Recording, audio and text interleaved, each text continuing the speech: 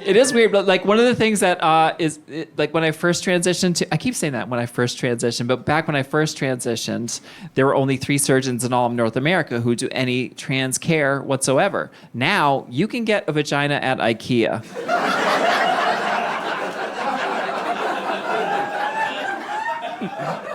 But it's a Swedish company, so it's called a Q-tur with like the dot things, you know,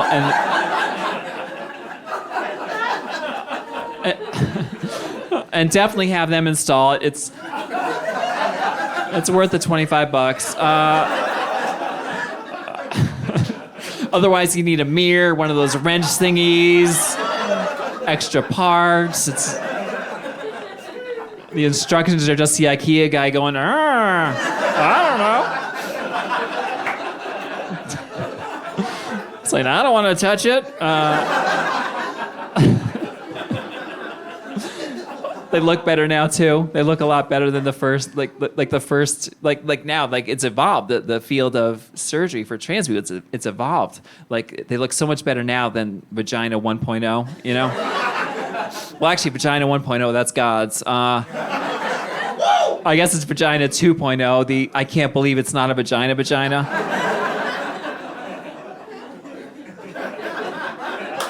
I mean, they were fine. They were absolutely fine. People asked me what they like. You know, I've done some research. You know, they asked me what they used to look. I was like, they're sort of like, you know, those handbags you can get on the sidewalks of Manhattan, the knockoff handbags that are like the color's a little off.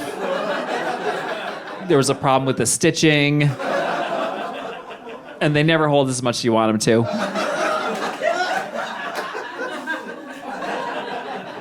Plus, most of them are made in Thailand.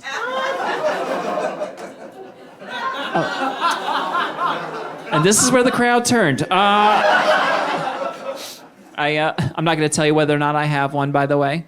I feel like it's personal, right? You know, it's one of those things. I will say this, though. When I first transitioned, nothing was done. I remember I was flying, and the TSA agent scanned me. I'll never forget it. She said, I'm sorry, but there's a little anomaly in the crotch region.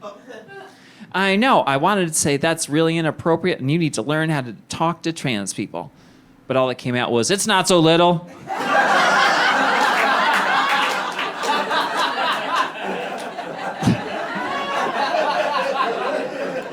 Your machine's broken. Give me 2 minutes. Give me...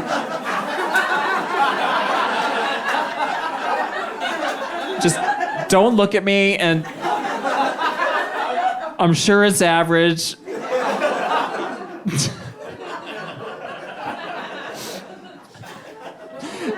All right, I'm gonna. Now I tell a lot of jokes. I'm sort of like a joke-telling comedian. You know, a lot of comics tell stories, and they're great at. Like one of my friends, he's a great storyteller. He tells great stories. He went to get a rectal exam, and then he turned it into a bit about the time he got a rectal exam, and he talks about it for about 10 minutes on stage, and it's really funny. And I can't do that, which means I just got a rectal exam for nothing.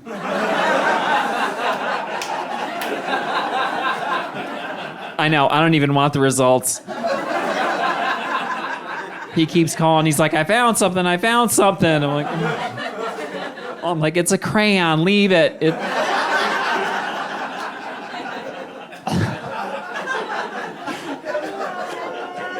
was a weird childhood.